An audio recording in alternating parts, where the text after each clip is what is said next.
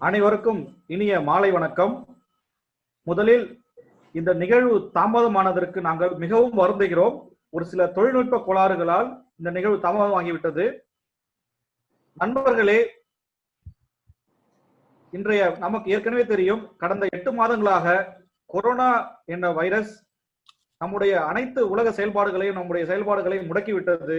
ஒவ்வொருவரும் நாம் தனித்தனியாக அங்கு இருக்கிறோம். அதே போல் இந்த கொரோனா வைரஸை பற்றி மக்கள் மத்தியில் தவறான புரிதல்களும் நிறைய தவறான நம்பிக்கைகளும் இருக்கிறது. அதனால் சென்னை கணிதவியல் நிறுவனமும் இந்திய அறிவியல் கழகமும் இணைந்து ஒரு அவேர்னஸ், ஒரு விழிப்புணர்வுக்காக நம்முடைய ஒரு மிகச்சிறந்த ஒரு சொற்பொழிவாளரை ஏற்பாடு செய்திருக்கிறது. அவரை பற்றிய முன்னோட்டத்தை, அறிமுகத்தை சென்னை கணிதவியல் ஆய்வு நிறுவனத்தில் பணிபுரியும் பேராசிரியர் மணி அவர்கள் அறிமுகப்படுத்தி வைப்பார். அதற்கு முன்னதாக சில முக்கிய அறிவிப்புகளை நான் செய்ய வேண்டியிருக்கிறது. நிகழ்வு கிட்டத்தட்ட இந்த நிகழ்வானது, இந்த உரையானது ஒரு 45 நிமிடம் நடக்கும். இந்த 45 நிமிடம் முடிந்ததுக்கு அப்புறம் நீங்கள் உங்களது கேள்விகளை, சந்தேகங்களை ஆங்கிலத்திலோ தமிழிலோ கேட்கலாம். தமிழில் கேட்க விரும்புபவர்கள் இந்த ஜூம் மெனுவில் இருக்கிற சாட் பட்டனை அழுத்தினால் நீங்கள் ரைஸ் யுவர் ஹேண்ட் அப்படின்ற ஒரு ஆப்ஷனை காணலாம். அந்த ரைஸ் ஹேண்டை நீங்க பிரஸ் பண்ணா கண்டிப்பாக இங்க ஆர்கனைசர் என்ன பண்ணுவாங்கன்னா உங்களுடைய அந்த ஆப்ஷனை ஓபன் பண்ணுவாங்க. நீங்க உங்க ஓன் வாய்ஸ்ல நீங்க வந்து உரையாளரிடம் நீங்கள் கேள்வி கேட்கலாம். Those who want to ask question in English, we will post the Google form at the end of the talk through the link. You can post your question in English through Google form. The question will be read to teacher. Over to Mani sir.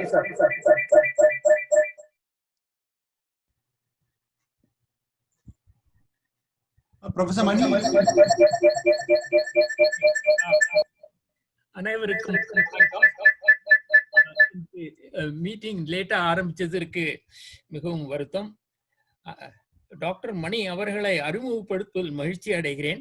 Doctor மணி மருத்துவம் சென்னையில் படித்தார். பிறகு Edinburgh Royal கல்லூரியில் புற்றுநோய் surgery specialise செய்தார். MGR medical பல்கலைக்கழகத்தில் PhD பட்டம் பெற்றார். இவருக்கு பெஸ்ட் டாக்டர் விருதும் ஷிகிகாரா விருதும் கிடைத்துள்ளன. இவர் மெட்ராஸ் கேன்சர் கேர் ஃபவுண்டேஷன் என்ற ஸ்தாபனத்தில் ஃபவுண்டர் ட்ரஸ்டி ஆவார். இவர் இங்கு பேசுவதில் மிகவும் மகிழ்ச்சி. டாக்டர் மணி. அனைவருக்கும் என்னுடைய இனிய மாலை வணக்கங்களோடு கலந்த வருத்தத்தையும் தெரிவித்துக் கொள்கிறேன். இந்த தொழில்நுட்ப பிரச்சனைக்காக நம்ம வந்து கொஞ்சம் அரை மணி நேரத்துக்கு மேல இப்போ வீணடிச்சிட்டோம். அதனால சில ப்ராப்ளம்ஸ் இப்ப இருக்கு. என்னன்னு சொன்னா, அந்த ஸ்லைட் ஷோ அந்த போர்ட்ல இதெல்லாம் நமக்கு இப்போ மேபி இருக்காது. ஸோ நான் குறுகிய நேரத்தில் நான் என்ன பேச வேண்டும் என்று விரும்புகிறேனோ அதை பேசுகிறேன். பிறகு கேள்வி நேரத்தில் நாம் பல்வேறு விடைகளை நாம் எதிர்கொள்ளலாம். இப்போ வெளியே நம்ம பார்த்தோம் அப்படின்னு சொன்னா, மோரர்லெஸ் வந்து ஏதோ ஒரு இயல்பு நிலையே வந்து விட்ட மாதிரி தான் நமக்கு சூழ்நிலை தெரியுது. என்ன, நம்ம இன்னும் ஸ்கூல் காலேஜஸ் வந்து திறக்கல. பெரிய பெரிய மேஜர் ஃபெஸ்டிவல்ஸ், அது வந்து திருவிழா, கோயில் திருவிழா ஆகட்டும், அல்லது வந்து இப்போ மியூசிக் ஃபெஸ்டிவல், நம்ம சென்னையில நடக்க வேண்டிய மியூசிக் ஃபெஸ்டிவல்லாம் நடக்காம இருக்கு. பட் ஏறக்குறைய பார்த்தீங்கன்னா மற்றது எல்லாமே இந்தியாவில் நடந்துட்டு தான் இருக்கு. எலெக்ஷன் நடந்து முடிஞ்சிருச்சு, அகில இந்தியா எக்ஸாம்லாம் நடந்து முடிஞ்சிருக்கு. ஆல்மோஸ்ட் டிரான்ஸ்போர்ட் மோரல்லெஸ் வந்து எல்லாமே ரெஸ்யூம் ஆன மாதிரி தான் இன்றைக்கு நம்ம பார்த்துட்டு இருக்கோம். அதே சமயத்துல நான் ஹாஸ்பிட்டல் அளவுல பாக்குறேன். ஹாஸ்பிட்டல்லையும் வந்து நமக்கு வந்து ஓவர்ஃப்ளோயிங் கிரவுட், அந்த கொரோனா வைரஸ் கோவிட்னால ஓவர்ஃப்ளோயிங் கிரவுட் இப்ப நான் பார்க்கல. கிட்டத்தட்ட தீபாவளி டைம்ல வந்து பிக்சர்ஸ் எல்லாம் பார்க்கும்போது அங்கங்க ஒரே கூட்ட நெரிசல், எங்க பார்த்தாலும் ஜனங்க வந்து க்ரௌடடா இருந்த டைம்ல இருந்து நான் நினைச்சது வந்து இன்னொரு 2 வீக்ஸ் 3 வீக்ஸ்ல ஒரு ஸ்பைக் வரும் அப்படின்னு எதிர்பார்த்தேன். ஆனா அந்த ஸ்பைக் வந்து அவ்வளவு பெருசா இல்லை. இப்போ வந்து கொஞ்சம் அதிகமா ஹாஸ்பிட்டல் அட்மிஷன்ஸ் ஆயிட்டு இருக்குது. தீபாவளிக்கு முன்னாடி நல்லா டிப்பா இருந்தது, கொஞ்சம் இப்போ அதிகம் ஆயிட்டு இருக்குது. பட் ஓவர்வெல்மிங்கா இன்னும் இல்லை. ஸோ இப்போ அப்படி பார்க்கும்போது இது என்னடா இது வந்து ஒரு மீடியா கிளப்பின ஹிஸ்டீரியாவா, இல்லை இதெல்லாம் வந்து ஒரு ஃபார்மசியூட்டிக்கல் கம்பெனி சேர்ந்து பண்ணக்கூடிய சதியா, இல்லை நிஜமாலுமே இந்த வைரஸ் வந்து மறைஞ்சிட்டுதா இல்லை வந்து குறைஞ்சிட்டுதா அப்படிங்கிற மாதிரி எல்லாம் வந்து ஒரு சிந்தனைகள் வந்து எழுறது இயல்பு தான். ஆனா நம்ம வந்து இப்ப இயல்பு நிலைக்கு வந்து விட்டோமா இல்லையா அப்படிங்கிறத வந்து நம்ம கடந்து வந்த பாதையை நினைச்சுதான் பார்க்கணும். எப்போ வந்து நம்ம வந்து இயல்பு நிலைக்கு வர முடியும் அப்படின்னு கேட்டீங்கன்னா, நம்மளோட பாப்புலேஷன், நம்மளோட இந்தியன் பாப்புலேஷன் 130 கோடின்னு எடுத்துப்போம், அல்லது உலகம் ஃபுல்லா உள்ள பாப்புலேஷன் வந்து 500 கோடின்னு எடுத்துப்போம். இதுல 70% பேர்த்துக்கு வந்து இந்த இன்ஃபெக்ஷன் வந்து இம்யூனிட்டி வந்திருக்கணும். அது இன்ஃபெக்ஷனா வருது அப்படின்னு சொன்னாக்க நம்ம வந்து ஹர்ட் இம்யூனிட்டி அப்படின்னு சொல்லுவோம், அல்லது வேக்சினேஷன் போட்டு நம்ம வந்து கிடைக்கக்கூடிய இம்யூனிட்டியா இருந்தா அது ஹர்ட் இம்யூனிட்டின்னு சொல்லுவோம். ஸோ இது வந்து நம்ம பல நாடுகள் வந்து பல்வேறு விதமாக இதை வந்து அணுகி இருக்கு. ஒரு விதம் அப்படின்னு சொல்லி சொன்னா நம்ம வந்து இப்போ ஸ்வீடன் நாட்டை வந்து ஒரு எக்ஸாம்பிள் எடுத்துக்கலாம். அவங்க வந்து எந்த வித கட்டுப்பாடும் இல்லாம அவங்க வந்து அந்த இதை எதிர்நோக்க வந்து முயற்சிச்சாங்க. ஆனா அந்த முயற்சி வந்து அவ்வளோ வெற்றி அடையலை. அதே மாதிரி நம்ம வந்து இந்திய நாட்டில் எடுத்துக்கிட்டோம் அப்படின்னு சொன்னாக்க நம்ம வந்து ஒரு சடன் லாக்டவுன் ஒன்று அறிவிச்சோம் ரொம்ப ஏர்லி டேஸ்லயே. அப்படியும் நம்ம ஊர்ல வந்து கம்ப்ளீட்டா கண்ட்ரோல் பண்ண முடியும் அப்படின்னு சொன்னாக்க அப்படியும் நம்ம வந்து நம்ம ஊர்ல வந்து கண்ட்ரோல் பண்ண முடிஞ்சதா தெரியல. ஸோ இன்றைய அளவுல கிட்டத்தட்ட 10 கோடி பேருக்கு மேல வந்து நம்ம இன்ஃபெக்ஷன் நம்ம ஊர்ல இருக்கு. கிட்டத்தட்ட 1,50,000 பேர் வந்து இதனால இறந்திருக்காங்க. அப்படின்னு சொன்னா நம்ம வந்து ஹர்ட் இம்யூனிட்டியோ அல்லது வந்து வைரஸே வந்து அதோட தாக்கம் வந்து குறைஞ்சிருக்கோ அப்படின்னு சொல்ல முடியாது.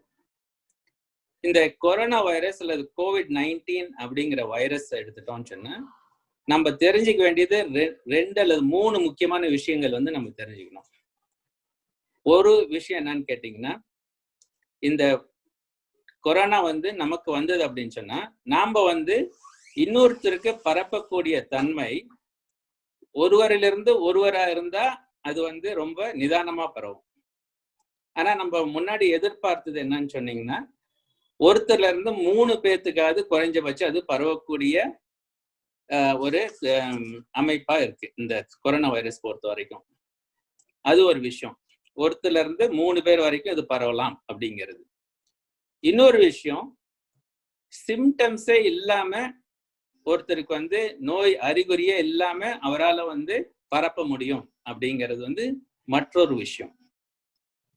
3வது விஷயம் அப்படின்னு பார்த்தோம்னாக்க ஃபெட்டாலிட்டி, எவ்வளவு பேர் வந்து இறந்து போவார்கள் இதுல அப்படின்னு பார்த்தோம்னாக்க ஒரு 10-15% அந்த வல்னரபிள் பாப்புலேஷன் சொல்லக்கூடிய அந்த பாப்புலேஷன்ல இறந்துக்கூடிய வாய்ப்பு இருக்கு. அது வந்து ஃபெட்டாலிட்டி அப்படின்னு சொல்றோம். இது வந்து இந்த ஒருத்துல இருந்து 3 பரவும் அப்படின்னு சொல்றது வந்து ஒரு எக்ஸ்பொனென்ஷியல் growth அப்படின்னு சொல்றது. எக்ஸ்பொனென்ஷியல் growth அப்படிங்கும் போது கிட்டத்தட்ட ஒரு 40 நாள்கள், ஒரு 60 நாள் அல்லது 90 நாள் அப்படி நம்ம எடுத்தோம்னா உலகம் ஃபுல்லா அது வந்து பரவக்கூடியதை நம்ம பார்க்கிறோம். அப்படிதான் வந்து மார்ச்ல வந்து நம்ம ஊர்ல ஃபர்ஸ்ட் கேஸ் January 20th இந்தியாலையும், தமிழ்நாட்டுல வந்து March 5th வந்து முதல் கேஸ் வந்து நம்ம வந்து கண்டுபிடிச்சோம். டேட்டா நம்ம இந்தியால இருந்து டேட்டா வந்து அக்யூரேட்டான பப்ளிஷ்டான டேட்டா இல்லை. நல்ல வேலையா நம்ம ஊர்ல வந்து ஒரு இதாகட்டும், நம்ம தமிழ்நாடும் ஆந்திரா மாநிலமும் ஆகட்டும், அந்த கவர்மெண்ட் வந்து அவங்க கொடுத்திருக்கிற டேட்டா வந்து ஒரு ஜான் ஹாப்கின்ஸ் ரிசர்ச்சர்ஸ் வந்து எல்லாம் அதெல்லாம் தொகுத்து அவங்க வந்து சயின்ஸ் அப்படிங்கிற மேகசைன்ல ஒரு 2 வாரத்துக்கு முன்னாடி பப்ளிஷ் பண்ணியிருக்காங்க. ஸோ அந்த பப்ளிகேஷன் படி நம்ம பார்த்தோம் அப்படின்னு சொன்னா நம்ம தமிழகமும் ஆந்திர மாநிலமும் ஒரு ரொம்ப பணக்கார மாநிலம் கிடையாது நம்ம இந்தியாவை பொறுத்த வரைக்கும். பட் ஆனா பப்ளிக் ஹெல்த் எக்ஸ்பெண்டிச்சர்னு சொல்லக்கூடிய அந்த ஹெல்த்துக்காக ஸ்பெண்ட் பண்றது மற்ற மாநிலங்களோட நம்ம 2 மாநிலத்திலயும் அதிகம். அதே மாதிரி பிரைமரி ஹெல்த் கேர் அந்த டெலிவரி மெக்கானிசமும் வந்து நம்ம ஊர்ல வந்து பெட்டர், ஆந்திராலையும் தமிழகத்திலையும். அதனால வந்து அந்த கண்ட்ரோல் மெக்கானிசம் அப்படின்னு சொன்னா நம்ம ஊர்ல தான் பெஸ்டா வந்து கண்ட்ரோல் பண்ணியிருக்க முடியணும். ஸோ கவர்மெண்ட்டே வந்து அறிவிச்ச கண்ட்ரோல் மெஷர்ஸ் என்ன அப்படின்னு கேட்டீங்கன்னா, சிண்ட்ரோமிக் சர்வீலன்ஸ் அப்படின்னா சிம்டம்ஸ், காய்ச்சல், இருமல், மூச்சு திணறல் அல்லது வந்து ஒரு ஸ்மெல்லோ டேஸ்டோ அது போல இல்லாதது ஒரு ப்ராப்ளம் அந்த மாதிரி இருக்கிறவங்க எல்லாம் அவங்க கவனிச்சு வந்தாங்க. அல்லது ஒரு ஃப்ளூ மாதிரி காய்ச்சல் அல்லது மற்ற விதமான ப்ராப்ளம்ஸ் இதெல்லாம் வந்து ஒரு குரூப் ஆஃப் பீப்புளுக்கு வந்ததுன்னா அவங்கள உடனே டெஸ்ட் பண்ணி பார்த்தாங்க, கோவிட் இருக்கா டெஸ்ட் பண்ணி பார்த்தாங்க. ஒருவேளை நம்ம வந்து ஒரு பர்சனுக்கு வந்து கோவிட் இருக்குன்னு நம்ம வந்து கண்டுபிடிச்சிட்டோம் அப்படின்னு சொன்னா அவங்க வீட்டை சுத்தி ஒரு 5 கிலோமீட்டருக்கு வீடு வீடா தினம்தோறும் சென்று வேற யாருக்கும் அந்த மாதிரி சிம்டம்ஸ் வந்திருக்கு அப்படின்னு ஒரு கண்டெய்ன்மெண்ட் ஜோன் அப்படின்னு ஒண்ணு அறிவிச்சாங்க. ஸோ நம்மளே வந்து பல பேர் வந்து பார்த்துருப்போம், நம்ம வீட்டுக்கு கூட வந்து அவங்க கேட்டுட்டு போனாங்க. அந்த டைம்ல டைரக்ட் கான்டாக்ட்ஸ், அதாவது நமக்கு இன்ஃபெக்ஷன் ஒருத்தருக்கு வந்திருக்குனாக்க அவங்க குடும்பத்தார், அவங்களோட கூட பணியாற்றுபவர்கள், அவங்க கூட ஃப்ரெண்ட்ஸ், கான்டாக்ட் உள்ள ஃப்ரெண்ட்ஸ் எல்லாத்தையும் டெய்லி தினந்தோறும் அவங்களுக்கு வந்து டெஸ்ட் பண்ணி அவங்களுக்கு இன்ஃபெக்ஷன் வரத்தும் போது அல்லது இன்ஃபெக்ஷனே வராட்டியும் 2 வாரம் 1 வாரம் 2 வாரத்துல அவங்களையும் டெஸ்ட் பண்ணி பார்த்துருக்காங்க. இதுதான் வந்து அவங்க எடுத்த கண்ட்ரோல் மெஷர்ஸ். அந்த மாதிரி கண்ட்ரோல் மெஷர்ஸ் எடுத்தும் 5ஆம் தேதி மார்ச்ல ஆரம்பிச்ச ஃபர்ஸ்ட் கேஸ்ல இருந்து ஆகஸ்ட் 1ஆம் தேதி 5 மாசம் இடைவெளியில 2,63,000 பேருக்கு இங்க வந்து கோவிட் பாசிட்டிவ் வந்தது, தமிழ்நாடு பொறுத்த வரைக்கும். ஸோ அந்த ஸ்டடியில உண்டான முக்கியமான முடிவுகள் என்ன? கான்டாக்ட் ட்ரேசிங் அப்படிங்கிற முறையில் அவங்க பார்க்கும்போது அவங்க கன்க்ளூட் பண்ணது, அவங்க முடிவுக்கு வந்தது, ஒரு 5% மாத்திரம்தான் 80% இன்ஃபெக்ஷனுக்கு காரணமா இருக்காங்க. அதுக்கு அர்த்தம் என்ன அப்படின்னு சொன்னா அதுக்கு பேர் வந்து சூப்பர் ஸ்ப்ரெடர்ஸ் அப்படின்னு பேரு. ஸோ நம்ம வந்து ஒருத்தர் வந்து மூவருக்கு வந்து நம்ம வந்து டிரான்ஸ்மிட் பண்ணோம் அப்படின்னு நினைக்கிறத தாண்டி சில பேர் பல நபர்களுக்கு வந்து பரப்பக்கூடிய சூப்பர் ஸ்ப்ரெடர் தன்மை அவங்களுக்கு வந்துருது. ஸோ அந்த மாதிரி சூப்பர் ஸ்ப்ரெடர் ஈவெண்ட்ஸ் வந்து தமிழ்நாட்டிலையும் ஆந்திராலையும் மிக ஆழமாக பதிவு செய்யப்பட்டிருக்கிறது. அதாவது 5% நபர்கள் 80% இன்ஃபெக்ஷன்ஸுக்கு காரணமா இருந்தாங்க. இது வந்து ஒரு புதிய பதிவு, நம்ம ஊர்ல இருந்து நடந்த புதிய பதிவு. 2வது விஷயம் என்னன்னு கேட்டீங்கன்னா டெத் ரேட்ஸ் அப்படின்னு கேட்டா, அதாவது நம்ம ஊர்ல கோவிட் தாக்கி இறந்தவர்கள் அப்படின்னு எடுத்தோம்னு சொன்னாக்க மற்ற நாடுகள் மாதிரி 2 வாரம் 3 வாரம் 4 வாரம் மருத்துவமனையில வந்து அட்மிட் ஆகி இன்டென்சிவ் கேர்ல வந்து பார்த்து இப்படி வந்து அவங்க வந்து இறக்கல. அவங்க அட்மிட் ஆன மொதல் 2 நாள்லயோ அல்லது மேக்சிமம் 6வது நாளோ பெரும்பாலானவர்கள் இறந்தார்கள். ஏன் இவ்வளவு வேகமாக வந்து நம்ம ஊர்ல உள்ள சிவியர் கேசஸ் வந்து இறந்தாங்க அப்படிங்கிறதுக்கு வந்து காரணம் நமக்கு சரியா தெரியல. ஆனா நம்ம வந்து அந்த ஸ்டிக்மானால அல்லது ஒரு அலட்சியத்தின் காரணமாக நம்ம ரொம்ப லேட்டா வந்து ஹாஸ்பிட்டல் வந்து அட்மிட் ஆனோமா அப்படிங்கிறது ஒரு கேள்விக்குறியா வச்சிருக்காங்க அந்த ஸ்டடியில. முக்கியமா அவங்க இன்னொரு கண்டுபிடிப்பு என்ன இந்த ஸ்டடியில அப்படின்னு கேட்டீங்கன்னா செகண்டரி அட்டாக். அதாவது நம்ம வந்து ஒரு கான்டாக்ட் நம்ம வீட்டுல இருக்காங்க, அவங்க கிட்ட இருந்து எப்படி இன்னொருத்தருக்கு அது வந்து பரவிச்சு, எவ்வளோ எஃபெக்டிவ் அது பரவிச்சு அப்படின்னு வந்து அவங்க வந்து பார்க்கும்போது, இப்ப நான் வந்து ஒரு மருத்துவன், ஒரு அறுவை சிகிச்சை நபர், நான் வந்து இந்த கோவிட் பீரியட்ல வந்து ஹாஸ்பிட்டல்ல தினந்தோறும் வேலை செய்யறேன். ஹாஸ்பிட்டல் செட்டிங்ல எங்க மருத்துவமனையில வந்து எவ்வளவு பேருக்கு வந்து ஒருத்தர்ல இருந்து இன்னொருத்தருக்கு பரவுது அப்படின்னு பாத்தீங்கன்னு சொன்னாக்க ஒரு 1 to 1% தான் வந்து 1% தான் வந்து பரவக்கூடியது. ஏன் வந்து இவ்வளோ கோவிட் மருத்துவமனையிலேயே கோவிட் இருக்க பேஷண்ட்ஸ் மத்தியிலேயே வந்து ஒருத்தர் பரவுறது வந்து ரொம்ப கம்மியா இருக்கு அப்படின்னு கேட்டீங்கன்னா ஹாஸ்பிட்டல்ஸ்ல வந்து மேக்சிமம் ப்ரொடெக்ஷன் நம்ம வந்து N95 மாஸ்க் யூஸ் பண்றோம், ஃபேஸ் ஷீல்டு யூஸ் பண்றோம், அது மேல வந்து பர்சனல் ப்ரொடெக்டிவ் எக்யூப்மெண்ட்னு சொல்லி ஃபுல்லா ஒரு நம்ம ஆஸ்ட்ரோநாட்ஸ் போடுற சூட் மாதிரி ஒன்று போட்டுட்டு தான் அங்கே வந்து ஹாஸ்பிட்டலில் வந்து ஒர்க் பண்ணுறோம். அந்த மாதிரி ஒர்க் பண்ணுறதுனால வந்து டிரான்ஸ்மிஷன் ஒருத்தர்ல இருந்து ஒருத்தருக்கு பரவக்கூடிய டிரான்ஸ்மிஷன் வந்து 1%, 1.5% குறைவா தான் இருந்தது இந்த ஸ்டடியிலையும். அதே வீட்டில் உள்ள நம்ம வந்து ஒருத்தருக்கு இன்ஃபெக்ட் ஆகி வீட்லயே இருக்கோம்னு வச்சுக்கோங்களேன், அவங்களுக்கு வந்து ஒரு 9% பரவக்கூடியதா அந்த ஸ்டடியில பதிவு பண்ணியிருக்கோம். மேக்சிமம் எப்போ ஸ்ப்ரெட் ஆகுது அப்படின்னு கேட்டிங்கன்னா, நம்ம ஒரு க்ளோஸ்ட் வெஹிக்கிள், ஒரு பேருந்தாகட்டும் அல்லது வந்து ஒரு ட்ரெயின்ல ஆகட்டும், ஒரு 6 மணி நேரத்துக்கு மேல நம்ம டிராவல் பண்றோம் அப்படின்னு சொன்னா, அந்த மாதிரி சூழ்நிலையில 80% டிரான்ஸ்மிஷன் நடக்குது. நான் திரும்பி ரிப்பீட் பண்றேன். மிக மிக ப்ரொடெக்டிவ் சூழ்நிலையான ஒரு மருத்துவமனையில வந்து டிரான்ஸ்மிஷன் வந்து 1.5% கம்மி. வீட்லயே நம்ம வந்து என்னதான் வந்து முயற்சி எடுத்து பார்த்துக்கிட்டாலும் ஸ்ப்ரெட் ஆகுது 9%. ஒரு டிராவல், கூட்டமா டிராவல் பண்ணும்போது 80% நமக்கு வந்து 80 விழுக்காடு வந்து நமக்கு டிரான்ஸ்மிஷன் பொட்டென்ஷியல் கிடைக்குது. ஸோ இப்படி பார்த்தோம் அப்படின்னு சொன்னா, நம்ம வந்து அந்த டிரான்ஸ்மிஷன் எபிலிட்டி அப்படிங்கிறது வந்து crowded spaces, closed spaces and too many people இருக்கிற அந்த மாதிரி ஒரு செட்டிங்ல தான் வந்து இந்த டிரான்ஸ்மிஷன் அது அதிகம் நடக்குது.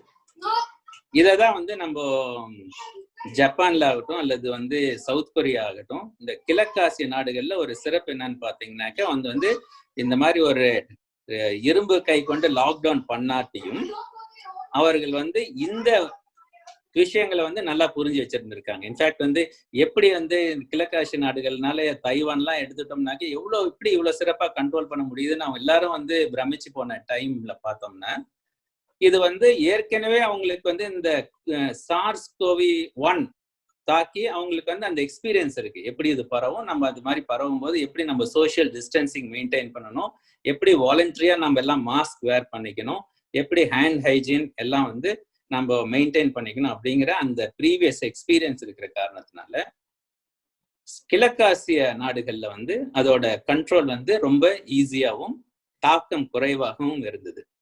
ஆனால் நம்மளோட மேற்கத்திய நாடுகள் எடுத்துட்டீங்கன்னு சொன்னாக்க, அது வந்து அமெரிக்காவாகட்டும் அல்லது ஐரோப்பியா ஆகட்டும், ஜெர்மனியை தவிர மற்ற எல்லா மேற்கத்திய நாடுகள்லையும் மிக வேகமாகவும் மிக அதிகமாகவும் மிக பிரமிக்க தகுந்த அளவுக்கு இறப்புகளும் நம்ம வந்து தொடர்ந்து பார்த்துட்டு இருக்கோம். இன்னைக்கும் வந்து அமெரிக்கால வந்து கட்டுக்கடங்காம இருக்கிறத நம்ம தொடர்ந்து பார்த்துட்டு இருக்கோம். ஸோ இதெல்லாம் வந்து நம்ம சுகாதார முறை, அதாவது நான் ஃபார்மகாலஜிக்கல் பொது சுகாதார முறையில வந்து நம்ம தடுத்தனால வந்த கண்ட்ரோல் மெஷர்ஸ். உள்ளபடியே நமக்கு வந்து பெருசா கோவிடுக்கு வந்து மருந்தோ ஏதோ வந்து இன்னும் கண்டுபிடிக்கல. ஸோ இந்த பீரியட்ல ஒவ்வொரு அரசும், ஒவ்வொரு நாட்டுடைய அரசுகளும் பல்வேறு விதமான டெசிஷன்ஸ், பல்வேறு விதமான கண்ட்ரோல் மெஷர்ஸ் எடுக்கிறாங்க. அதுல பார்த்தோம் அப்படின்னு சொன்னாக்க, நிறைய அறிவியல் சார்ந்தது அல்லாமல் ஒரு அரசியல் சார்ந்த முடிவுகளா எடுத்திருக்கோம்.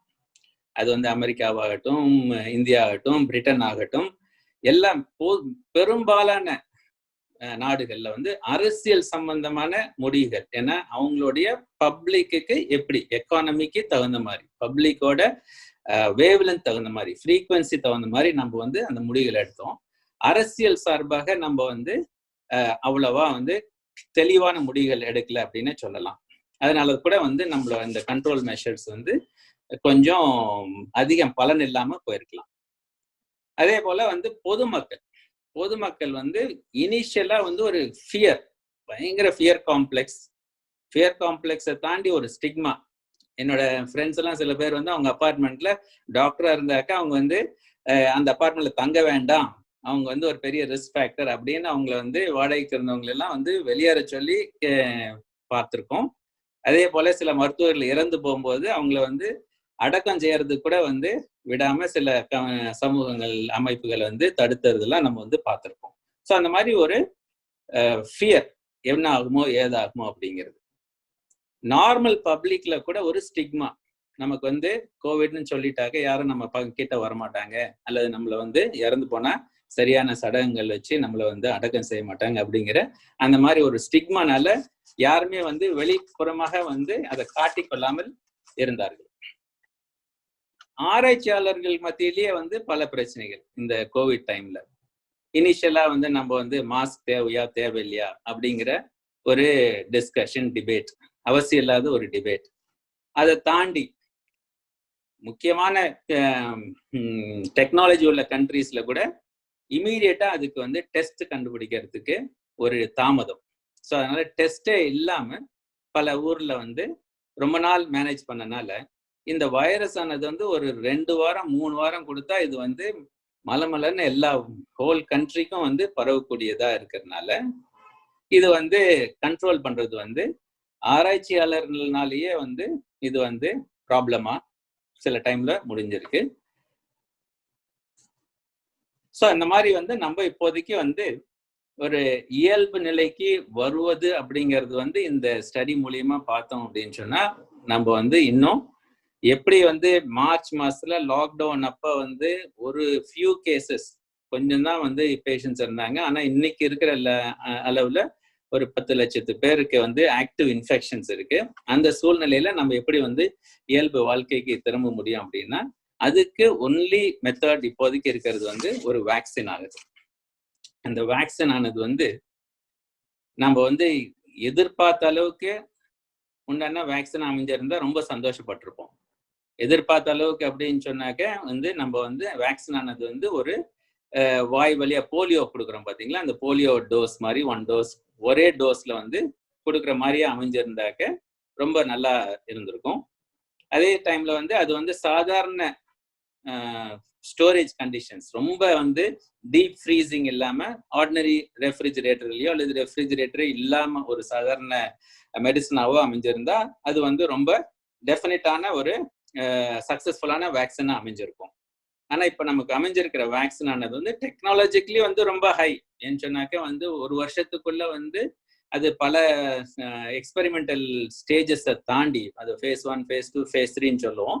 இத்தனை இதையும் தாண்டி நம்ம வந்து இவ்வளவு தூரம் வந்ததுக்கு வந்து நம்ம பாராட்ட செய்யணுமே தவிர செய்யணும்னா கூட அந்த வந்திருக்கிற வேக்சின் ஆனது வந்து ரொம்ப காம்ப்ளிகேட்டட். அது வந்து 2 டோஸ் கொடுக்கணும், அதை வந்து ரொம்ப டீப் ஃப்ரீஜ் -70 டிகிரிஸ்ல வந்து அதை வச்சு மெயின்டைன் பண்ணணும். இதெல்லாம் வந்து நம்ம ஊர் மாதிரி ஒரு பெரிய பரப்பளவு கொண்ட நாட்டுல வந்து எப்படி வந்து நம்ம இதை வந்து கொடுத்து முடிக்க போறோம் அப்படிங்கிறது வந்து ஒரு பெரிய சேலஞ்சா தான் இருக்க போகுது. இன்ஃபேக்ட் வந்து நம்ம ஊர்ல வந்து ஒரே நாள்ல எலெக்ஷன் நடத்தணும்னாலே கஷ்டம். நம்ம வந்து பல ஃபேஸஸா வந்து பிரிச்சு பண்றோம். ஸோ இப்போ வந்து இந்த வேக்சின் ஆனது வந்து எலிஜிபிள் ஓட்டர்ஸ்க்கு மாத்திரம் இல்ல, பிறந்த குழந்தையில இருந்து முதியவர் வரைக்கும் நம்ம வந்து எல்லாருக்குமே வந்து வேக்சின் கொடுக்க வேண்டிய கட்டாயத்துல இருக்கிறதுனால இது வந்து நம்ம கொடுத்து முடிக்கிறதுக்கு கிட்டத்தட்ட 1 வருஷம் ஆயிடலாம். நமக்கு நாளைக்கு வேக்சின் வந்தா கூட என்டையர் பாப்புலேஷன் கூட வேண்டாம். நம்ம வந்து எதிர்பார்க்கறது வந்து 70% கொடுக்கறதுக்கு கூட நமக்கு வந்து ஒரு வருஷத்துக்கு மேல ஆகலாம். ஸோ அந்த மாதிரி சூழ்நிலையில நம்ம வந்து வேக்சின் மாத்திரம் நம்பி இருக்காம நம்ம தொடர்ந்து இந்த ப்ரொடெக்டிவ் திங்ஸ், அதாவது சோஷியல் டிஸ்டன்சிங் ஆகட்டும், ஹேண்ட் ஹைஜீன் ஆகட்டும், அல்லது அவாய்டிங் க்ரௌடட் பிளேசஸ் ஆகட்டும், அதை தொடர்ந்து செய்துதான் நம்ம வந்து இதுல இருந்து வென்று வர முடியும். அந்த மாதிரி இருக்கும்போது நம்மளுடைய தனிப்பட்ட ஒரு ஹெல்த் எப்படி நம்ம மெயின்டைன் பண்ணிக்க முடியும்னா 2 காம்பனன்ட்ஸ் இருக்கு. ஒன்று வந்து மென்டல் ஹெல்த், இன்னொன்று வந்து பிசிக்கல் ஹெல்த். இந்த இதுல வந்து நம்ம தனிமைப்படுத்துறதுனாலயோ அல்லது இந்த பயத்தின் காரணமாகவோ வந்து நமக்கு நிறைய மன அழுத்தம், அதே மாதிரி ஒரு ஃபியர், ஒரு சோர்வு, இதனால வந்து பல்வேறு விதமான ப்ராப்ளம்ஸ் நமக்கு வந்து அடையாளம் கண்டுபிடிச்சிருக்கோம். சில வீட்டில் வந்து டொமஸ்டிக் வயலன்ஸ், இந்த மாதிரியான ப்ராப்ளம்ஸ் எல்லாம் வந்து ரொம்ப ஃபேஸ் பண்ணிட்டு இருக்கோம். அதனால நம்ம வந்து அந்த மனதை பொறுத்த வரைக்கும் நம்ம வந்து எந்த அளவுக்கு வந்து அந்த சோர்வு இல்லாமல் நம்ம வந்து பாதுகாக்கணுமோ அதுவும் செய்யணும். அதே போல நம்ம வந்து சரியான உணவு முறைகள், தினந்தோறும் சில உடற்பயிற்சி இதெல்லாம் செய்து நம்ம அந்த இம்யூனிட்டி லெவல் ஆனதை நம்ம உடம்புல வந்து மேக்சிமம் வந்து ப்ரொடெக்ட் பண்ணி வச்சுக்கணும். சில பேர் வந்து இந்த நோயானது வந்து ஒருவேளை இதெல்லாம் தாண்டி வந்துட்டா என்ன செய்யறது அப்படிங்கிற அந்த கேள்வியை வந்து எழதான் செய்யறது. ஸோ அந்த நோய் வந்தது அப்படின்னு சொன்னா பெரும்பாலும் இப்போது வந்து 80% ஆன பீப்புளுக்கு வந்து மைல்ட் டு மாடரேட் சிம்டம்ஸ் தான் வரும். ஒரு காய்ச்சல் வரும், கொஞ்சம் இருமல் அல்லது மூச்சு விடுறது சிரமம் வரும், ஒரு வாரம் இருக்கும், அதுக்கப்புறம் தன்னால அது வந்து சரியா போகும். ஸோ அதனால வந்து பெரும்பாலானோர் இந்த 80% வந்து நம்ம வெறும் வீட்டில் வந்து தனிமைப்படுத்தி இருக்கிறதுக்கு தான் வந்து அட்வைஸ் பண்றோம்.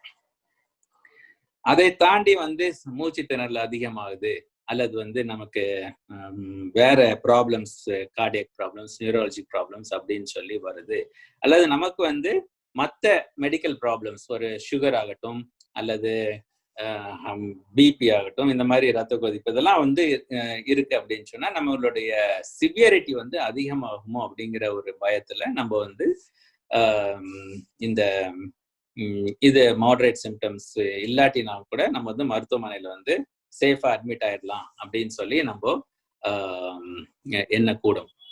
ஸோ மருத்துவமனையில என்ன செய்யறாங்க அப்படின்னு கேட்டீங்கன்னா, உங்க வந்து ஒரு ஃபர்ஸ்ட் சிம்டம்ஸ் உள்ளவங்கள ஒரு தனிமை அறையில அட்மிட் பண்ணி அவங்களுக்கு வந்து ஒரு பரிசோதனை முதல்ல பண்றோம். அவங்க உண்மையாலுமே கோவிட் தான் இருக்கா அல்லது வந்து வேற ஏதாவது நோய் வந்து கோவிட் போல அது வந்து மிமிக் பண்ணுதா அப்படிங்கிறத நம்ம பார்ப்போம். ஸோ அந்த கோவிட் கன்ஃபர்மேஷன் டெஸ்ட் அப்படிங்கிறது வந்து நம்ம மூக்குலையோ அல்லது வாய்க்குள்ள இருந்தோ ஒரு ஸ்வாப் எடுத்து ஆர்டிபிசிஆர் அப்படிங்கிற ஒரு தொழில்நுட்பம், அந்த ஆர்டிபிசிஆர் தொழில்நுட்பத்துல அந்த வைரஸ் உண்டான ஜீன்ஸ் அதுல தெரியுதா இல்லையா அப்படின்னு பார்ப்போம். அது வந்து 10 சைக்கிள், 20 சைக்கிள், 30 சைக்கிள் அந்த பிசிஆர் மிஷின் ரன் பண்ணும்போது அந்த வைரஸோட குவான்டிட்டி அளவிற்கு அது வந்து பாசிட்டிவ், நெகட்டிவ் அப்படின்னு ஒரு ரிசல்ட் அளிக்கும். ஸோ இது வந்து ஒரு மெத்தட் ஆஃப் கன்ஃபர்மேஷன்.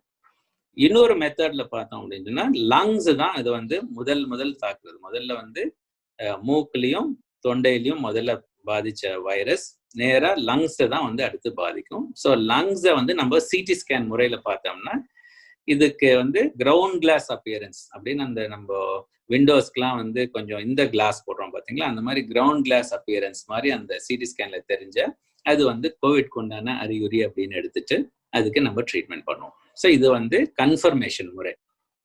கன்ஃபர்மேஷனுக்கு அப்புறம் நம்ம வந்து அவங்களோட சுவாசம் வந்து எப்படி இருக்கு, அவங்களோட ஆக்சிஜன் லெவல் எப்படி இருக்கு அப்படிங்கிறது தான் நம்ம வந்து மானிட்டர் பண்ணிட்டு இருப்போம். இதுல ஏதாவது ப்ராப்ளம் இருந்ததுன்னா ஹை ஃப்ளோ ஆக்சிஜன் அப்படின்னு ஆக்சிஜன் சப்ளிமெண்ட் ட்ரீட்மெண்ட் கொடுப்போம். கூட வந்து மெடிசன்ஸ் வந்து அந்த இம்யூனிட்டி இம்ப்ரூவ் பண்ணக்கூடிய பல விதமான வைட்டமின் மெடிசன் கொடுக்குறோம். ஸோ இந்த மாதிரி வைட்டமின் மெடிசன்ஸ் இந்த ஆக்சிஜன் தான் இப்போ வந்து மெயின் ஸ்டேட் ட்ரீட்மெண்ட்டா இருக்கு. புதுசா வந்திருக்கக்கூடிய சில மருந்துகள், அது வந்து ரெம்டெசிவிர் அப்படின்னு ஒன்று சொல்லுவோம், அல்லது டொலுசுமேப் அப்படின்னு சொல்லிட்டு இன்னொரு மருந்து என்ன ஆகும், அது வந்து அந்த வைரஸோட குவான்டிட்டி, அதாவது அதோட வால்யூமை வந்து குறைக்கும். ஸோ அந்த மாதிரி உண்டான மெடிசன்ஸ் வந்து சில இடங்கள்ல வந்து சக்சஸ்ஃபுல்லா தெரிஞ்சிருக்குன்னு நம்ம ரொம்ப சிவியர் கேசஸ்க்கு அந்த மெடிசன்ஸ் யூஸ் பண்றோம். பொதுவா வந்து சர்ப்ரைசிங்கா வந்து இந்த டிசீஸ் வந்து வைரஸோட இம்பேக்டை விட அந்த வைரஸ் வந்து நம்ம இம்யூன் சிஸ்டம் வந்து எதிர்கொள்ற விதம், நம்ம இம்யூன் சிஸ்டம் வந்து ஓவர் ரியாக்டிவா சில டைம்ல வந்து அது ஆர்கன்ஸ்லாம் டேமேஜ் பண்ணுது. அப்படிங்கிறதுனால அந்த இம்யூன் சிஸ்டமை வந்து கண்ட்ரோல் பண்ணக்கூடிய சில மெடிசின்ஸ், ரொம்ப காமனா யூஸ் பண்ணக்கூடிய ஸ்டீராய்ட்ஸ் மெடிசின்ஸ் நம்ம யூஸ் பண்ணி அவங்களுக்கு வைத்தியம் பார்க்குறோம். இதுல வந்து ஒரு 1 to 2% தவிர பெரும்பாலான பீப்புளை வந்து நம்மளால சேவ் பண்ண முடியுது. இந்த மருத்துவத்திலேயே வந்து நிறைய மாற்றங்கள் என்னன்னு கேட்டீங்கன்னா, இனிஷியல் டேஸ்ல வந்து மேற்கத்திய நாடுகளுக்கு இந்த இதுல வந்து அனுபவம் இல்லாதனால அவங்க வந்து எல்லாருக்குமே வந்து வென்டிலேட்டர் தேவைப்படுது அப்படின்னு சொல்லி எல்லா பேஷண்ட்ஸும் வென்டிலேட்டர்ல போட்டு, வென்டிலேட்டர் பத்தாம ஒரே வென்டிலேட்டர்ல இருந்து 4 பேஷண்ட்க்கு வந்து ஷேர் பண்ணக்கூடிய அந்த மாதிரி ஒரு செய்திகள் எல்லாம் நம்ம பார்த்துருக்கிறோம். பட் பின்னர் தான் நமக்கு தெரியும் வென்டிலேட்டரே வந்து தேவைப்படலை அப்படிங்கிறது. அதே போல வந்து சில மருந்துகள் நம்ம வந்து ஹைட்ராக்சி குளோரோக்வின் அப்படிங்கிற ஒரு மருந்து வந்து ஒரு பெரிய பொலிட்டிக்ஸா ஆகி போயிடுச்சு. அது வந்து ஒரு பிரான்ஸ் நாட்டுல ஒரு விஞ்ஞானி ஒரு வெறும் 20 பேஷண்ட்ஸை வச்சு அதுல வந்து ஏதோ கொஞ்சம் அதுல இந்த ஹைட்ராக்சி குளோரோக்வின் அப்படிங்கிற மருந்துல ஏதோ ஒரு நல்ல ரிசல்ட் கிடைக்குதுன்னு அவர் சொல்ல போக அதை வந்து ஒரு பெரிய பொலிட்டிக்கல் இஷ்யூ ஆகி அது வந்து சடனா நம்ம அமெரிக்க அதிபர் ட்ரம்ப்புக்கு அது போய் அவர் வந்து இது கொடுத்தா எல்லாத்துக்கும் மேஜிக்கலா கியூர் ஆகும்னு சொல்லி நம்ம ஊர்ல இருந்து ஆல்மோஸ்ட் ஒரு மிரட்டக்கூடிய லாங்குவேஜ்ல வந்து எல்லாம் நமக்கு எக்ஸ்போர்ட் பண்ணணும்னு சொல்லி இதெல்லாம் இருந்ததெல்லாம் வந்து ஒரு அனாவசியமான ஒரு பரபரப்பு கிரியேட் பண்ணக்கூடிய ஒரு சாதாரண விஷயமா இப்ப இருந்து ஹைட்ராக்சி குளோரோக்வின் அப்படிங்கிற மருந்துல வந்து எந்த விதமான யூஸும் கிடையாதுங்கிறது இன்னைக்கு ப்ரூவ் பண்ணியிருக்காங்க. WHO அப்படிங்கிறது வந்து சாலிடாரிட்டி ட்ரையல் அப்படின்னு எல்லா மெடிசன் ரீபர்பஸிங் மெடிசன் சொல்லுவோம். அதாவது மற்ற வியாதிகளுக்கு பயன்படக்கூடிய மருந்துகளை வந்து இந்த நோய்க்கும் நம்ம உபயோகப்படுமா அப்படின்னு ட்ரை பண்றது. ஸோ அந்த மாதிரி ட்ரை பண்ண மெடிசன்ஸ்ல ஹைட்ராக்சி குளோரோக்வின்ல வந்து எந்த விதமான பிரயோஜனமும் இல்லை அப்படின்னு சொல்லி முடிவு பண்ணியிருக்காங்க. நம்ம ஊர்லயே கூட நம்மளோட மருத்துவர்கள் நம்மளோட கூட இருக்கவங்கள கூட நிறைய பேர் இந்த ஹைட்ராக்சி குளோரோக்வின் வந்து யூஸ் பண்ணியிருக்காங்க. அதனால வந்து கிடைக்க வேண்டிய அது வந்து ஆக்சுவலி மலேரியா போன்ற வியாதிகளுக்கு கிடைக்கணும், சிலது இந்த ஆர்த்ரைட்டிஸ் மூட்டு வியாதி போன்றவங்களுக்கு கிடைக்கணும், அவங்களுக்குலாம் இந்த இதானது வந்து கிடைக்காமலே போய்விட்டது. ஸோ அதனால் கோவிட் வந்தாலும் அதுக்கு உரிய மருத்துவம் அல்லது அதுக்கு உரிய ப்ரிவென்ஷன் எல்லாமே இருக்கு. அப்படிங்கறதுனால நம்ம வேக்சின் வந்த சந்தோஷம் இருந்தாலும் நம்ம இன்னும் ஒரு வருஷம் வந்து இந்த நார்மல் ப்ரிகாஷன்ஸ் எல்லாம் வந்து கடைபிடிக்காம விடுறது வந்து டேஞ்சரஸ். ஏன் வந்து நம்ம வந்து இவ்வளோ ஒரு தீபாவளி ஃபெஸ்டிவல் தாண்டி கூட இன்னும் ஸ்பைக் வரல அப்படிங்கிற கேள்விக்கு எனக்கும் விடை தெரியல. ஆனா ஞாபகம் வச்சுக்கோங்க, சூப்பர் ஸ்ப்ரெடர் அப்படிங்கிற இந்த இஷ்யூ நம்ம வந்து நம்ம ஊர்ல வந்து அதை பதிவு செஞ்சிருக்கிறதுனால அது ஏதோ ஒரு சின்ன ஸ்பைக் எங்கேயாவது வந்து பற்றினாலும் இது வந்து திரும்பி பரவலாக இது வந்து வரக்கூடும். அதை தான் வந்து மேற்கத்திய நாடுகள் வந்து செகண்ட் வேவ் தேர்ட் வேவ் அப்படிங்கிறத இன்னைக்கு சந்திச்சுட்டு வராங்க. அதனால நாம் இன்னும் கவனமாகவும் இருக்க வேண்டும், உறுதியாகவும் இருக்க வேண்டும். அதே போல வேக்சின் வந்தால் அதை பற்றி ஒரு பயம் இல்லாம அந்த வேக்சின் போட்டுக்கிறதுக்கும் நம்ம வந்து தயாராகணும். ஸோ அந்த மாதிரி எல்லா மெஷர்ஸும் எடுத்தோம்னு சொன்னா நம்ம இந்த கோவிட்ல இருந்து வென்று வர்றதுக்கு எந்த பிரச்சனையும் இருக்காது என்பது என்னுடைய நம்பிக்கை. இத்துடன் என்னுடைய உரையை முடித்துக் கொள்கிறேன். அந்த கேள்விகள் எதுவும் இருந்தால் நம்ம அதை பத்தி டிஸ்கஸ் பண்ணலாம். ஆனந்த். நண்பர்களே, இப்போது கேள்வி கேட்க விரும்புபவர்கள், தமிழில் கேட்க விரும்புபவர்கள் பார்ட்டிசிபென்ட்ஸ் ஆப்ஷன்ல போய் அங்க ரைஸ் ஹேண்ட்ஸ் அப்படின்ற ஒரு ஆப்ஷன் நீங்க பார்க்கலாம். இந்த ரைஸ் ஹேண்ட்ஸ் நீங்க பிரஸ் பண்ணுங்க. பிரஸ் பண்ணீங்கன்னா நாங்க வந்து அந்த உங்களுக்கு அன்மியூட் பண்ற ஆப்ஷனை ஓபன் பண்ணிடுவோம். இப்போ நீங்க அன்மியூட் பண்ணிட்டு உங்க கொஸ்டினை வந்து டைரக்டா டாக்டர்கிட்ட கேட்கலாம். Those who want to ask question in English, please see we posted a Google form where you can go and type your question in English, and again this question will be posted to our speaker.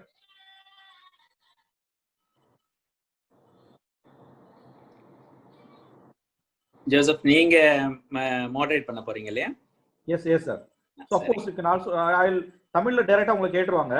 So இங்கிலீஷ்ல வர Google ஃபார்ம்ல வரும் எனக்கு. So I'll just see it and can இல்ல நான் இங்க போன்ல இருந்து இணைஞ்சிருக்கனால எனக்கு சொல்லுங்க sir. So we will ask the questions, no problem sir. There's somebody who wants to, one Miss Anita wants to ask a question. Yeah. Yes ma'am. Yes sir வணக்கம். வணக்கம் sir. ஒண்ணும் சார், ஆக்சுவலி இப்ப வந்து ஏற்கனவே corona virus வந்தாங்க அப்படிங்கிறதுக்கு நீங்க spirit ஆனா அப்படின்னு சொன்னீங்கல்ல சார், இப்ப அவங்களுக்கு திரும்ப வர்றதுக்கான வாய்ப்புகள் அந்த மாதிரி வருமா சார்? ஓகே, இது வந்து நம்ம செகண்ட் இன்ஃபெக்ஷன் அப்படின்னு சொல்றது அல்ல ரீஇன்ஃபெக்ஷன் அப்படின்னு சொல்றதுங்க. நம்ம டேட்டா படி பார்த்தோம் அப்படின்னு சொன்னா ஒரு சிலருக்கு தான், இன்ஃபேக்ட் பப்ளிஷ் பண்ணது படி பார்த்தோம்னா 2-3 பேருக்கு தான் வந்து ரீஇன்ஃபெக்ஷன் வந்து ஆத்தென்டிக்கா வந்து ப்ரூவ் பண்ணி சொல்லியிருக்காங்க.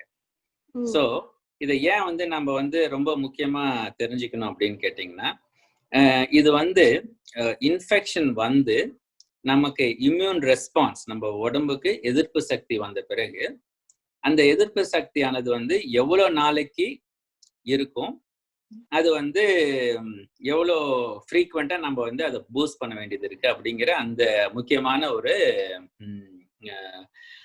அண்டர்ஸ்டாண்டிங் அது. இப்போ வந்து நம்ம இது எடுத்துக்கோன்னு வச்சுக்கோங்க, சிக்கன் பாக்ஸ் எடுத்துக்கிறோம்னு வச்சுக்கோங்களேன். சிக்கன் பாக்ஸ் நமக்கு வந்தது, இன்ஃபெக்ஷன் வந்தது அப்படின்னு சொன்னா லைஃப் டைம் ஃபுல்லா நமக்கு ப்ரொடெக்ஷன் இருக்கு. நம்ம வந்து திருப்பி வந்து அதை பத்தி பயப்பட வேண்டிய அவசியம் இல்லை.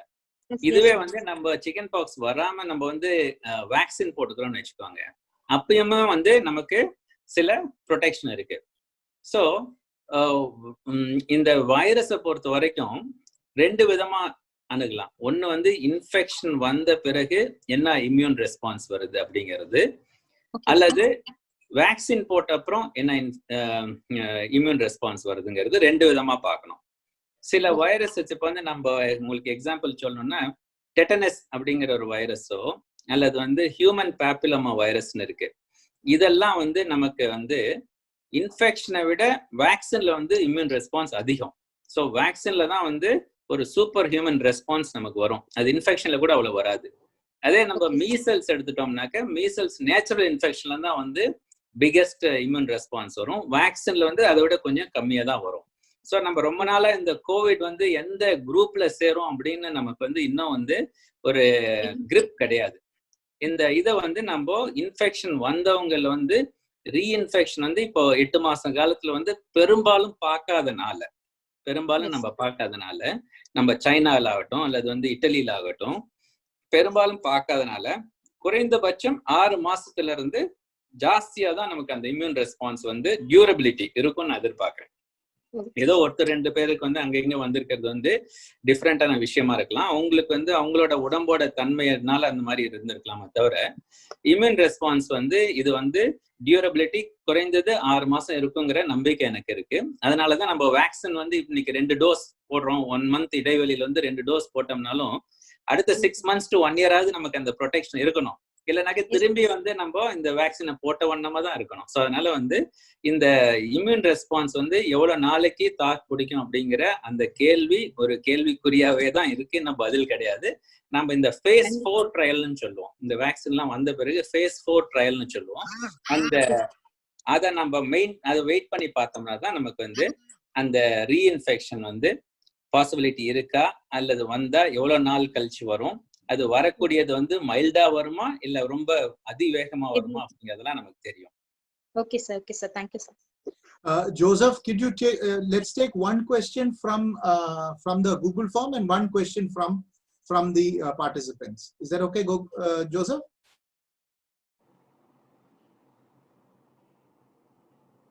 Okay, there is somebody else. There's somebody else asking one Mr. Ananta Babu. Yes. Mr. Ananta Babu, could you unmute yourself and ask go ahead. Sir, வணக்கம் சார். வணக்கம், சொல்லுங்க சார். எனக்கு குடிங்க சார், குடிங்க. ரொம்ப பேசிருக்கீங்க.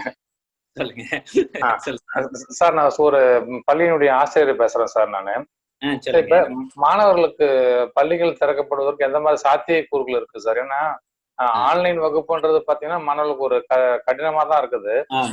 இப்ப பள்ளிகள் திறந்தா மாணவர்கள் ஒருவரோட ஒரு பழக்கம் போய் ஏதாவது ஆபத்து ஏற்படுறதுக்கு வாய்ப்பு இருக்குதா? ஏன்னா இப்ப பயந்து நம்ம பள்ளிகள் திறக்காம இருக்கிறாங்களா, இல்ல உண்மையிலே அது தள்ளி போடுறது நல்லதா நினைக்கிறீங்களா சார் நீங்க? அது முக்கியமா அது போர்டு எக்ஸாம் போற ஸ்டூடெண்ட்டுக்கு சார். ஆக்சுவலா நாங்க டிசம்பர் மந்த் வந்து எங்களுக்கு வந்து ஹாஃப் இயர்லி எக்ஸாம் முடிகிற மாதிரி இருக்கு எங்களுக்கு. மாணவர்களுக்கு வந்து இப்பதான் ஒரு பயம் வந்து ஜனவரி பிப்ரவரி நல்லா படிக்க ஆரம்பிப்பாங்க மாணவர்கள், அந்த லெவல் தெரிஞ்சுக்கிட்டு. பட் இன்னும் பள்ளிக்கு போல தேர்வு எழுதல்னு சொல்லும் போது அந்த மாணவர்களுக்கு என்னன்னா ஒரு போர்டு எக்ஸாமோட சீரியஸ்னஸே தெரியாம இருக்குது. நம்ம ஆன்லைன் சொல்லும்போது படிப்புக்கு அது ஒரு வாய்ப்பும் குறைவா தெரியுது சார். அதை பத்தி நீங்க உங்க கருத்து நல்லா இருக்கும் சார். ஸோ இப்போ வந்து இந்த ஸ்கூல் திறக்கிறத பத்தி ஒரு டிபேட் வந்து உலகம் ஃபுல்லா வந்து முக்கிய டிபேட்டா நடந்துட்டு இருக்குங்க. அதுக்கு ரீசன் என்னன்னு கேட்டீங்கன்னா வந்து நம்ம வந்து சில்ட்ரன் வந்து அவங்க வந்து சூப்பர் ஸ்ப்ரெடர்ஸா இல்லையா அப்படிங்கிறது ஃபர்ஸ்ட் கேள்விக்குறி. சில்ட்ரன் வந்து அவங்களுக்கு இன்ஃபெக்ட் ஆகலாம், ஹை இன்ஃபெக்டிவிட்டி ரேட் இருக்கு அப்படிங்கிறது வந்து நம்ம தமிழ்நாட்டில் பண்ண ஸ்டடியில வந்து தெரிஞ்சிருக்கு. அந்த இன்ஃபெக்ஷன் இருந்தாலும் அவங்களுக்கு பெரிய சிம்டம்ஸ் வராது, அதனால தாக்கம் வராது அப்படிங்கிறது நமக்கு நல்லா தெரியுது. ஸோ அதனால வந்து சில்ட்ரனை பொறுத்த வரைக்கும் எந்த பிரச்சனையும் கிடையாது. சில்ட்ரன் வந்து அவங்கள பொறுத்த வரைக்கும் ஸ்கூலுக்கு போயிட்டு வர்றதை பத்தி எந்த பிரச்சனையும் கிடையாது, அவங்களுக்கு எந்த பாதிப்பும் வராது. ஆனா சில்ட்ரன் போயிட்டு வரனால அந்த பேருந்தாகட்டும் அல்லது அந்த ஸ்கூல்ல பணியாற்றக்கூடிய சீனியர்ஸ் ஆகட்டும் அல்லது அவங்க வீட்டுல உள்ள பெரியோர்கள் ஆகட்டும், அவங்களுக்கு எப்படி அது வந்து தாக்கம் கொடுக்கும் அப்படிங்கிறது வந்து யாராலையும் கணிச்சு சொல்ல முடியல. எந்த ஊர்லயும் கணிச்சு சொல்ல முடியாது. இன்ஃபேக்ட் நியூயார்க்ல வந்து அவங்க ஸ்கூல்ஸ் எல்லாம் ஸ்டார்ட் பண்ணி இப்ப மறுபடியும் ஷட் டவுன் பண்றாங்க. யூகேல வந்து திரும்பி ஸ்டார்ட் பண்ணி மறுபடியும் ஷட் டவுன் பண்றாங்க. அதனால வந்து இது வந்து நம்ம வந்து ஒரு ரொம்ப கேர்ஃபுல்லா வந்து கவனிச்சு பார்க்க வேண்டிய விஷயமா தான் இருக்கு. எங்கேயுமே வந்து சரியான பதில் இதுக்கு கிடையாது.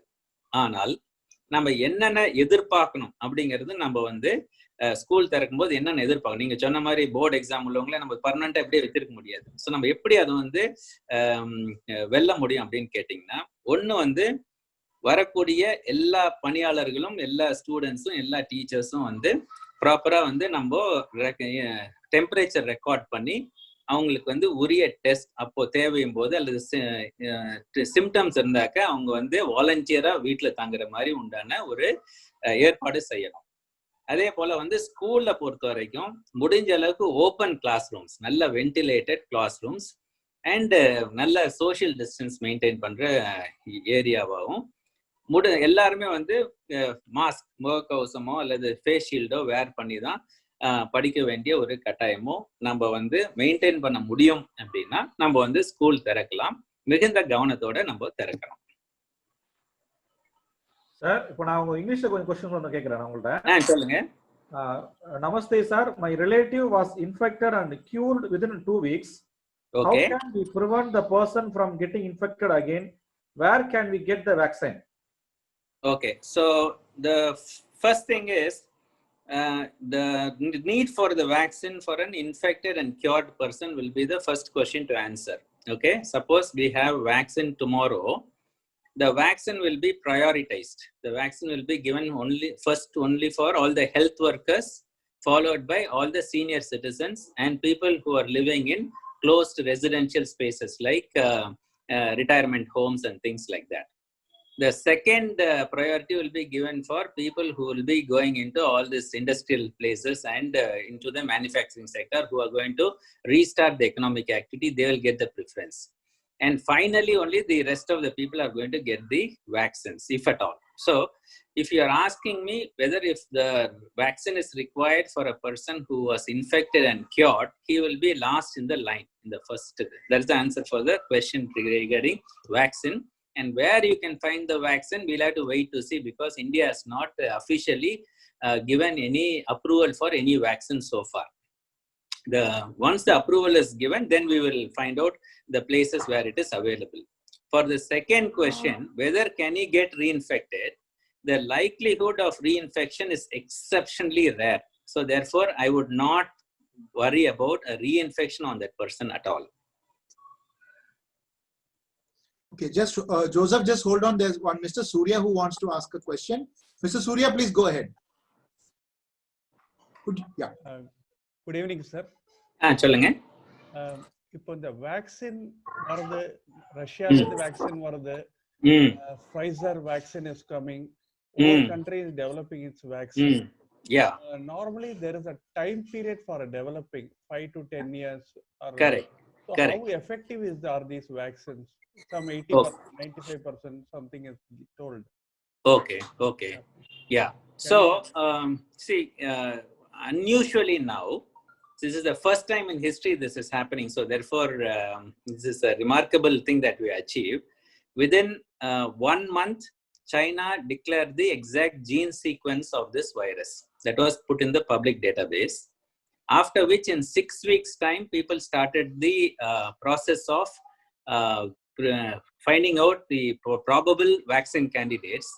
And within 6 months' time, it has reached from the animal testing to the human testing to what is known as phase 3 testing. So we have accomplished in not small groups, but we have accomplished in several thousands of people. So if you take the Pfizer vaccine, they have tested nearly in about 80,000, 90,000 people.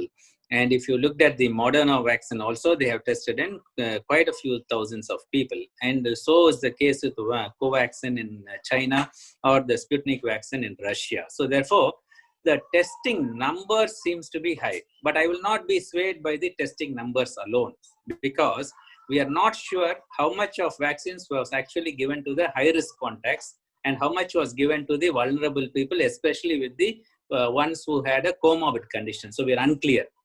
Similarly, the amount of side effects that has been caused and the extent to which it is caused also is very unclear. Most of them will declare that there is a fever and there is a lump in the site of injection.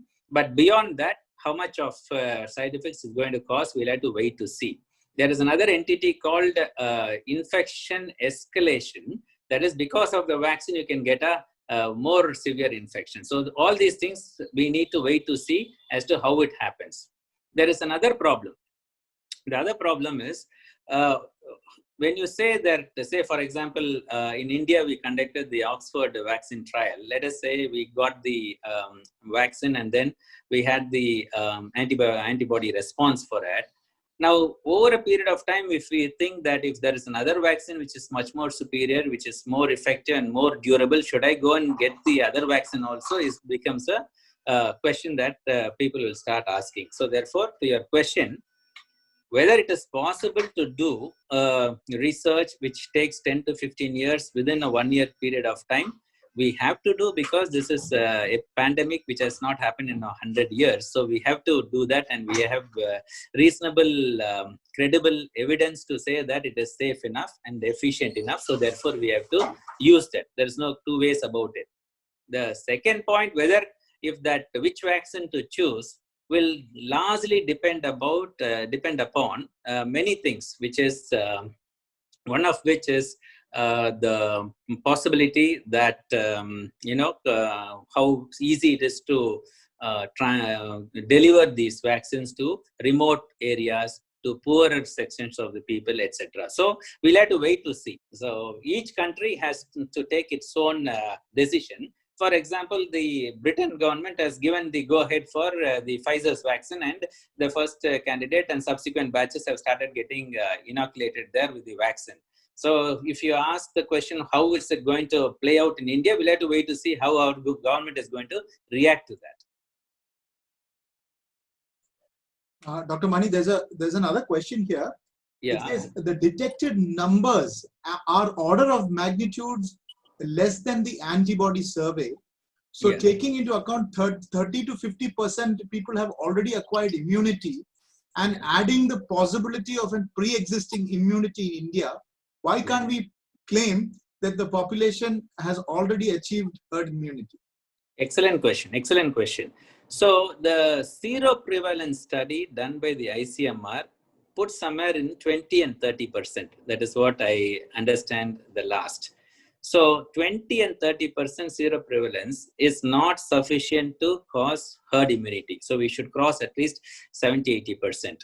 Do Indians have pre-existing immunity? Very, very questionable. There are certain cross immunity, we call that as cross immunity. Suppose you had SARS-CoV-1 previously 10 years ago from SARS or some MERS, if you had that infection, maybe that immune response would help to combat the current COVID-19. But there are not a large population of people in India who would have contracted that disease. So therefore, I am very, very unsure that that is going to help. There is another debate. I mean, if somebody can challenge that, there is this SARS-CoV virus is not just one type of virus. There are several hundreds, thousands of the SARS-CoV virus itself. And maybe one of these common flu causing SARS-CoV viruses can develop that cross infection, immune response. If you claim like that, the type of exponential rise that we saw in Tamil Nadu and Andhra, which is published in the Science magazine, does not claim that this pre-existing immunity is helping us from combating this infection. So we cannot say what we have studied in a very structured way between March to August, as being representative of the larger community, because we have included 2 big states. So I beg to differ that we have already achieved herd immunity. It's a very it's a controversial, or rather it is not a real possibility in my opinion.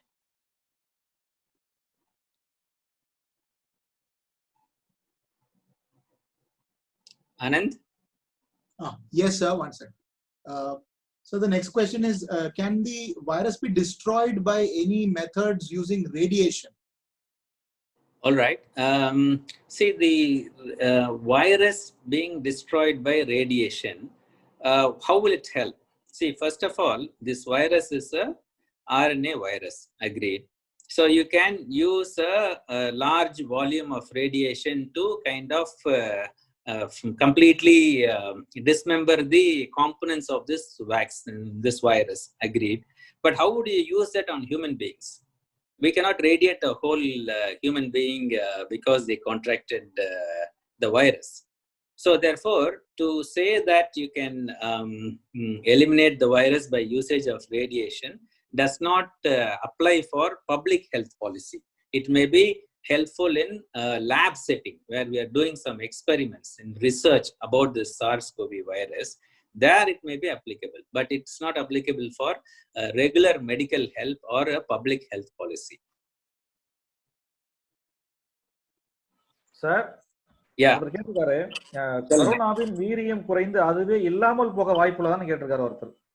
ஆமா, ரொம்ப ஆவல நான் கூட எதிர்பார்த்தது அதுதான். ஏன்னா இந்த RNA viruses அப்படிங்கிறது எல்லா வைரஸஸுமே அதுக்கு உள்ள தன்மை மியூட்டபிலிட்டின்ட்டு, அது அடிக்கடி அதோட வீரியம் மாறிட்டே இருக்கும். ஒண்ணு அதிகமா போகும் அல்லது குறையும். ஸோ ஒருவேளை பை லக் நமக்கு அந்த வீரியம் குறையுமா, அல்லது நம்மளோட ஊர்ல வெயில் அதிகமா இருக்கிறதுனால அதோட வீரியம் குறையுமா அப்படின்னு நாம எதிர்பார்க்கிறோம். அதே மேற்கிந்தியர் ரொம்ப குளிர் ஜாஸ்தியா இருக்கிறதுனால அந்த குளிர்ல அந்த வைரஸ்க்கு வீரியம் குறையுமா அப்படின்னு எதிர்பார்த்தாங்க. பட் ஓவராலா இப்போ கிட்டத்தட்ட எல்லா சீசன்ஸும் பார்த்தாச்சு, எல்லா நாடுகள்லயும் பார்த்தாச்சு, எல்லா ரேசஸ்லயும் பார்த்தாச்சு. இந்த வைரஸ் ஆனது இதுவரைக்கும் எந்த விதமான வீரியம் குறைந்ததான தகவல் எங்கேயுமே இல்லை அப்படின்னு சொன்னாக்க, அந்த வைரஸ் ஆனது அதே ஸ்டேபிள் இன்டாக்ட் சேம் விருலன்ஸோட தான் இன்னும் அது சுத்திட்டு இருக்கு. ஸோ அதனால இது கேள்வி மிக பிரமாதமான கேள்வி, applicable for many other viruses. ஆனா அதை நம்ம COVID-19ல இது வரைக்கும் பார்க்க முடியல. அது okay. So there's another question here. Yeah. It says, I once attended a webinar by a doctor back in July 2020 who quantified the contact time of COVID-19. Yes. He said that if we come within 6 feet of a person with COVID-19, yes, and both him and I are not wearing mask, then yes, the probability is 99% that we will contract the virus within 10 minutes. Right. On the other hand, if we both wear masks, then yes, the contact time increases to 30 minutes. All right. Is this correct? Is this roughly the way it works? If not, do you know what research says on this topic to quantify how long it will take for us to contract the virus when we come in contact with someone who already has the virus? Okay, so I will approach this question in a very reverse way. We have a COVID ward in which full of COVID patients are there, and there are doctors and nurses working within that ward. And they have to work at least for a shift not less than 6 to 8 hours. And sometimes it goes on to 12 hours. So in 12 hours time, you are constantly engaged and exposed to the virus all the time. So if you had all the personal protective equipment and all the required masks and everything, the transmission rate I told you within the hospital is less than 1.5%. Okay, so you don't contract the virus so easily within a hospital setting. But outside in the community, we have to look at several layers of protection. No single layer can testamount to giving you, okay, this is the time frame with which is safely you can engage. For example, when I consult a patient in my clinic, I have to ensure that the clinic is well ventilated. both the patient and we have our masks well placed. Masks, if I use, when they use the mask now, it's like a joke to see half the mask is lying on their neck and hardly it's covering both the nose and the mouth. So if you have a well covered mask, and that mask should have several layers, at least it should have a 3-layered mask, or it should have this N95 protection for a medical person. So all these things being there, the time to which the infectivity, the chances of getting infection will vary. It will vary. But we are not trying to test how much time we can take a risk for. For example, if that person is asking this question, can I go to a party with the N95 mask and spend the whole night there? The answer is no. That is the answer. So if you're asking me the question to say, will I be protected? I'll wear the mask at full time, but I'm going to have a good party for 5 to 6 hours within a set of friends. The answer is no. Where it is avoidable, regardless of the see, we have to maintain all the levels in order to reduce the chance, whether it is distancing or whether it is a hygiene or whether it is the masking, everything put in place only will reduce the infection to the minimum level manageable by the health system today. We are not trying to argue that if I did this, I will never get an infection. The risk is less or more depending upon the layers you put in between. Sir, எனக்கு ஒரு question. சொல்லுங்க. பேசுன மாதிரி இந்த இப்போ ரீசெண்டா நிறைய பேர் வந்து நமக்கு தெரிஞ்சவங்க நிறைய பேர் கோவிட் பாசிட்டிவ் வந்து நிறைய பேர், சில பேர் வந்து ஹாஸ்பிட்டலுக்கு போனாங்க, சில பேர் போகல, சில பேர் நாட்டு வைத்தியம் வீட்லயே சும்மா இருந்துட்டாங்க குவாரண்டைன் பண்ணிட்டு. சில பிரைவேட் ஹாஸ்பிட்டல் போகும்போது அவங்களுக்கு ஆல்மோஸ்ட் ஒரு பேஷண்ட் வந்து ஒரு 2 lakhs 3 lakhs அப்படின்ற மாதிரி சார்ஜ். சரி, வை ஏன் வந்து இந்த மாதிரி என்ன பண்றாங்க? ஏன் இவ்வளவு காஸ்ட்லியா இருக்கு? What kind of treatment are giving for this thing? அது என்ன இந்த மாதிரியான ஒரு ஓகே. ஸோ நம்ம வந்து இது எப்படி அணுகணும்னா, ஒன்று வந்து each hospital has a brand value. So I am not going into that marketing part of it, but let us say the cost involve in managing. வந்து நம்ம கோவிட் பேஷண்ட்டை மேனேஜ் பண்ணக்கூடிய காஸ்ட், ஆக்சுவல் காஸ்ட் நம்ம வந்து discuss பண்ணணும்னா, இப்போ வந்து ஒரு பேஷண்ட் வந்து கோவிட் பேஷண்ட் வந்து சாதாரண ஃப்ளூ பேஷண்ட் அட்மிட் பண்ணால் நம்ம என்ன செய்வோம்? Routine hospital environment, no change. அதாவது ஹாஸ்பிட்டலுக்குன்னு சில சிஸ்டம்ஸ் இருக்கு.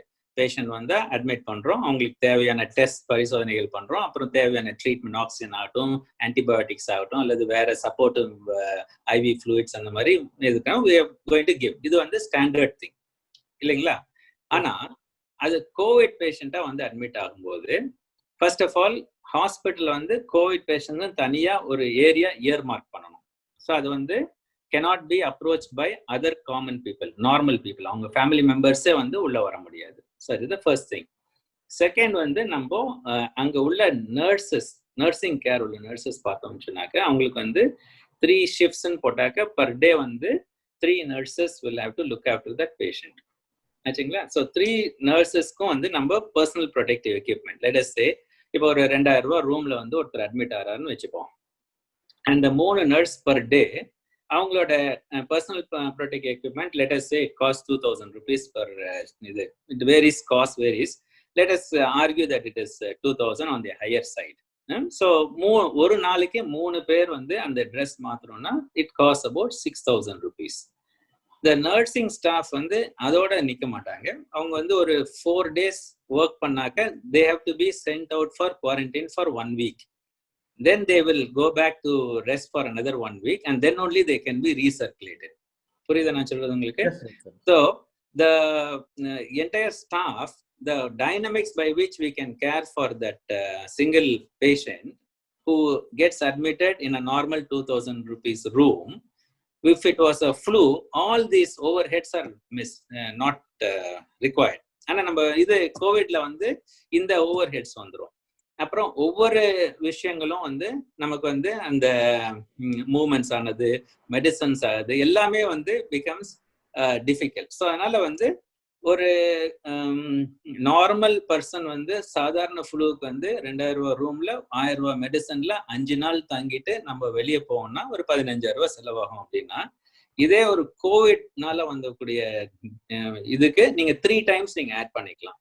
ஸோ 3 times அதை மல்டிப்ளை பண்ணீங்கன்னாக்க எப்படி காஸ்ட் வரும் அப்படின்னு நீங்க பாத்துக்கலாம். ஸோ இது மாதிரி வந்து சம்டைம்ஸ் வந்து இந்த காஸ்ட் வந்து ஜாஸ்தியாக தான் செய்யறது.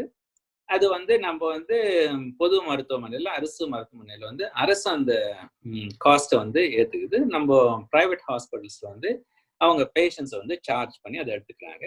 பட் அதுல வந்து எக்ஸாஜரேட்டட் ரெஸ்பான்சஸ், எக்ஸாஜரேட்டட் பில்லிங் இருக்கிறது வந்து வாய்ப்பு இருக்கதான் செய்யுது. பட் ஆனா காஸ்ட் ஆனது வந்து ஒரு நார்மல் பேஷண்ட் ட்ரீட் பண்ணதை காட்டிலும் அதிகமா ஆகும் அப்படிங்கிறதுல வந்து எந்த விதமான டவுட்டும் இருக்க வேண்டாம். இது வந்து இயற்கையா வந்து அந்த இதுக்கு தேவையான ஆக்சுவல் காஸ்டே வந்து 3 times அதிகமா இருக்கும். Thank you doctor. Thank you. Sir, looks like that's it. I think we have exhausted through all the questions. All right. Professor Mani, you can.